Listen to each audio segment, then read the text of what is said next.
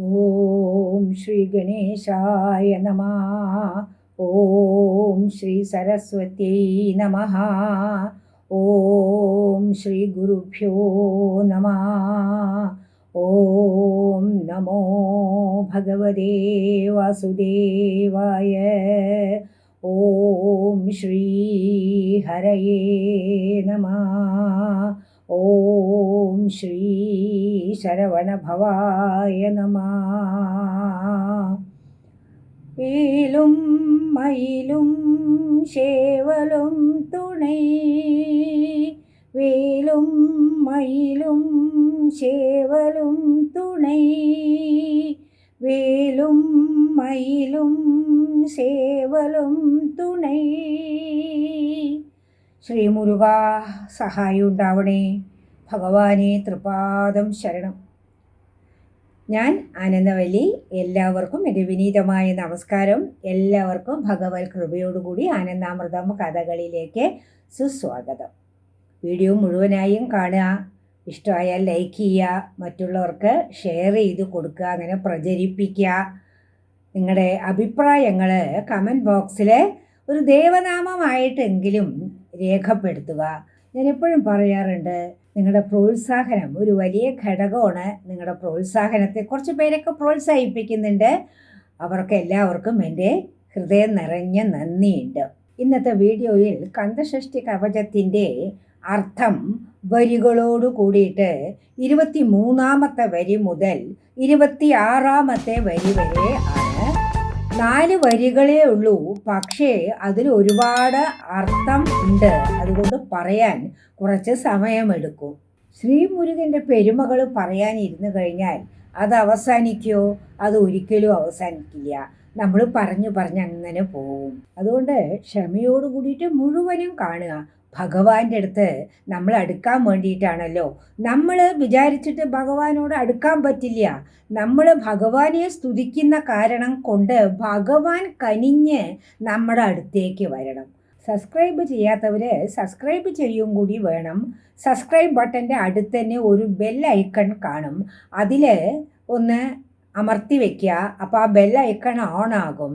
അതിനെക്കൊണ്ട് എന്താ ഗുണം എന്ന് വെച്ചാൽ, ഞാൻ വീഡിയോ പോസ്റ്റ് ചെയ്യുമ്പോൾ നിങ്ങൾക്ക് അപ്പം തന്നെ ഒരു നോട്ടിഫിക്കേഷൻ വരും. നിങ്ങൾ വേറെ ഏതെങ്കിലും ഒരു വീഡിയോ കണ്ടുകൊണ്ടിരിക്കുകയാണെങ്കിലും അതിൻ്റെ ഇടയിൽ ഇങ്ങനെ പോസ്റ്റ് ചെയ്തിട്ടുണ്ട് എന്നുള്ളൊരു വിവരം നിങ്ങൾക്ക് അപ്പം തന്നെ ലഭിക്കും. അതിന് വേണ്ടിയിട്ടാണ്. വീഡിയോയിലേക്ക് കടക്കുന്നതിന് മുന്നേ തെറ്റുകളൊന്നും കൂടാതെ ഈ വീഡിയോ കറക്റ്റായിട്ട് ചെയ്യാൻ ഭഗവാന്റെ അനുഗ്രഹത്തിനായി പ്രാർത്ഥിക്കുകയാണ്. ഇനി അഥവാ വല്ല തെറ്റുകളും വന്നിട്ടുണ്ടെങ്കിൽ ദയവായിട്ട് നിങ്ങൾക്ക് അറിയുന്നവരാണെങ്കിൽ അത് ചൂണ്ടിക്കാണിക്കണം. തെറ്റുകൾ വരികയാണെങ്കിൽ ഭഗവാന്റെ ക്ഷമയ്ക്കായിട്ട് യാചിച്ചുകൊണ്ട് നമുക്ക് തുടങ്ങാം. ആദ്യം വരികൾ നോക്കാം. എന്നെ ആളും ഇളയോൻ കയ്യിൽ 12 ആയുധം പാശാങ്കുശമും பரந்த விழிகள் 12 இலங்கு വിരൈന്തന് കാക്ക വേലോൻ വരുക. എന്നെ ആളും എന്നാണ് ഇവിടെ പറഞ്ഞിരിക്കുന്നത്. എന്നെ എന്ന് പറഞ്ഞാൽ എന്നെ, ആളുക എന്ന് പറഞ്ഞാൽ ഭരിക്കുക എന്നർത്ഥം. ഭരിക്കുക എന്ന് പറഞ്ഞാൽ എന്താ അർത്ഥം? നന്മ ചെയ്യുക എന്നാണ് അതിൻ്റെ യഥാർത്ഥ അർത്ഥം. വേണ്ട കാര്യങ്ങൾ വേണ്ടതുപോലെ ചെയ്തു കൊടുക്കുക. എന്ത് കാര്യം എങ്ങനെ ചെയ്താലാണോ നമുക്ക് നന്മ വരുന്നത്, അതുപോലെ ആ കാര്യം ചെയ്തു തരിക. അതാണ് ഭരിക്കുക എന്ന് പറഞ്ഞാൽ അർത്ഥം. ബാലൻ ദേവരായ സ്വാമികൾ പറയണ്, ശ്രീ മുരുകനാണ് നമ്മളെ ഭരിക്കുന്നത് എന്ന് വെച്ചാൽ എന്താ അർത്ഥം? നമ്മുടെ കാര്യം നമുക്കറിയില്ല. നമ്മുടെ കാര്യങ്ങളൊക്കെ തീരുമാനിക്കുന്നത് ശ്രീ മുരുകനാണ്. അപ്പോൾ ആ മുരുകൻ്റെ മുന്നിൽ നമ്മൾ വിധേയത്വത്തോടു കൂടെ നിൽക്കണം. എന്ന് വെച്ചാൽ മുരുകൻ നമ്മുടെ ഭഗവാനും നമ്മൾ മുരുകൻ്റെ അടിമയും എന്ന മനോഭാവത്തോടു കൂടെ നിന്നാൽ എല്ലാ കാര്യങ്ങളും ശരിയായി.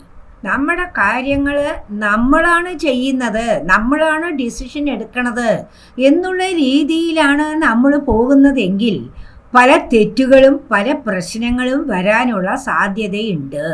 അപ്പോൾ നമ്മുടെ കാര്യം ഭഗവാനാണ് നടത്തി തരുന്നത് എന്നുള്ള ഒരു അംഗീകാരം നമ്മൾ ഭഗവാന്റെ മുന്നില്, ഭഗവാന്റെ കയ്യില്, ഭഗവാന്റെ തൃപ്പാദത്തില് സമർപ്പിക്കണം. എന്നെ ആളും എന്ന് പറഞ്ഞിട്ട് ശ്രീ മുരുകൻ എന്ന് പേര് പറഞ്ഞോ? ഇല്ല. എന്നെ ആളും ഇളയോൻ കയ്യിൽ. ഇളയോൻ എന്ന വാക്കാണ് അവിടെ ഉപയോഗിച്ചത്. ചെറുത് എന്നൊരർത്ഥം. പിന്നൊരർത്ഥം എപ്പോഴും ചെറുപ്പമായിരിക്കുന്ന. പിന്നെ മൂന്നാമതൊരർത്ഥം കൂടി എടുക്കാം. ശ്രീ ഗണേശന് ഇളയവനായ ഭഗവാൻ. ഇളമയെന്ന് പറഞ്ഞാൽ ചെറുപ്പം എന്നൊരർത്ഥമുണ്ട്. അപ്പോ ദേവരായ സ്വാമികൾ പറയണം, ഭഗവാൻ ഒരിക്കലും വയസ്സാവില്ല, ഭഗവാൻ എപ്പോഴും ചെറുപ്പമാണ്. വള്ളിയെ വിവാഹം കഴിക്കുന്നതിന് വേണ്ടിയിട്ട് ഒരു സന്ദർഭത്തില് വയസ്സനെ പോലെ വേഷം ധരിച്ചു വന്നു എന്ന് മാത്രം. അപ്പോ എന്നെ ഭരിക്കുന്ന, അതായത് എനിക്ക് വേണ്ട എല്ലാ കാര്യങ്ങളും ചെയ്തു തരുന്ന, എന്നെ നേർവഴിക്ക് ധർമ്മമാർഗത്തിലൂടെ സഞ്ചരിപ്പിക്കുന്ന ചെറുപ്പക്കാരനായ ഭഗവാന്റെ കയ്യിൽ. ഭഗവാന് 12 കൈകളാണ് ഉള്ളത്. 6 മുഖമുണ്ട്, 12 കൈകളുണ്ട്. ആ 12 കൈകളിലും ഭഗവാന്റെ വ്യക്തിത്വം വിളിച്ചോതുന്ന 12 തരത്തിലുള്ള ആയുധങ്ങൾ ഏന്തിയിട്ടുണ്ട്. ഭഗവാന്റെ കയ്യിൽ പ്രത്യേകമായിട്ട് പറഞ്ഞിരിക്കുകയാണ് പാശവും അങ്കുശവും. പാശം എന്ന് പറയണത് ഊരാ കുടുക്ക് പോലെ ഇട്ടിരിക്കുന്ന ഒരു കയറ് മാതിരിയുള്ളത് ഒന്ന്. അതെന്തിനുള്ളതാണ്? പാശക്കയറാണ് എന്ന് പറയും. നമ്മൾ വഴി തെറ്റിയാൽ നമ്മളെ നേർവഴിക്ക് കൊണ്ടുവരുന്നതിന് വേണ്ടിയിട്ടാണ് അത്, ഭക്തരെ സംബന്ധിച്ച്. എന്നാൽ ദുഷ്ടരാണെങ്കിലോ അവരെയൊക്കെ അതിൽ കെട്ടിയിട്ട് അവർക്ക് ഒന്നും ചെയ്യാൻ പറ്റാത്ത മാതിരി ആക്കും. അങ്കുശം എന്ന് പറയണത് എന്താണ്? ആനയെ വഴി നടത്താൻ ഉപയോഗിക്കുന്നൊരു തോട്ടി ഉണ്ടല്ലോ, അതിന് പറയുന്നതാണ് ഈ അങ്കുശം. അപ്പൊ ഇത് രണ്ടും ഭഗവാൻ കയ്യില് വെച്ചിട്ടുണ്ട്. അപ്പൊ അതിന്റെ അർത്ഥം എന്താണ്? ഭക്തരെ സഹായിക്കുകയും ചെയ്യും, അതേപോലെ ദുഷ്ടന്മാരെ ശിക്ഷിക്കുകയും ചെയ്യും. ഇവിടെ 2 ആയുധങ്ങളെ പ്രത്യേകമായിട്ട് പറഞ്ഞാണ്. മൊത്തം 12 ആയുധങ്ങളുണ്ട് എന്നാ പറഞ്ഞത്. ഈ ആയുധം എപ്പോഴാണ് ഉപയോഗിക്കേണ്ടത്? ശത്രുക്കൾ വരുമ്പോഴാണ് അത് ഉപയോഗിക്കേണ്ടത്. ഭക്തന്മാരുടെ നേരെ എന്താ വേണ്ടത്? അഭയമുദ്രയാണ് വേണ്ടത്.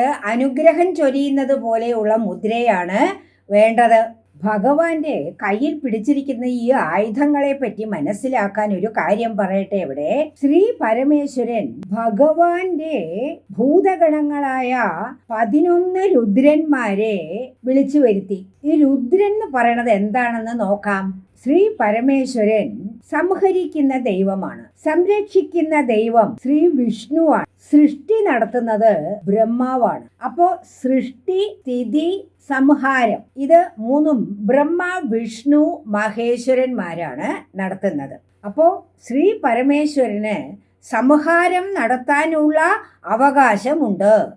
ആ സംഹാരം നടത്താൻ ഭഗവാനെ സഹായിക്കാനായിട്ട് ഭഗവാൻ തന്നെ സൃഷ്ടിച്ചെടുത്തതാണ് ഈ രുദ്രന്മാര്.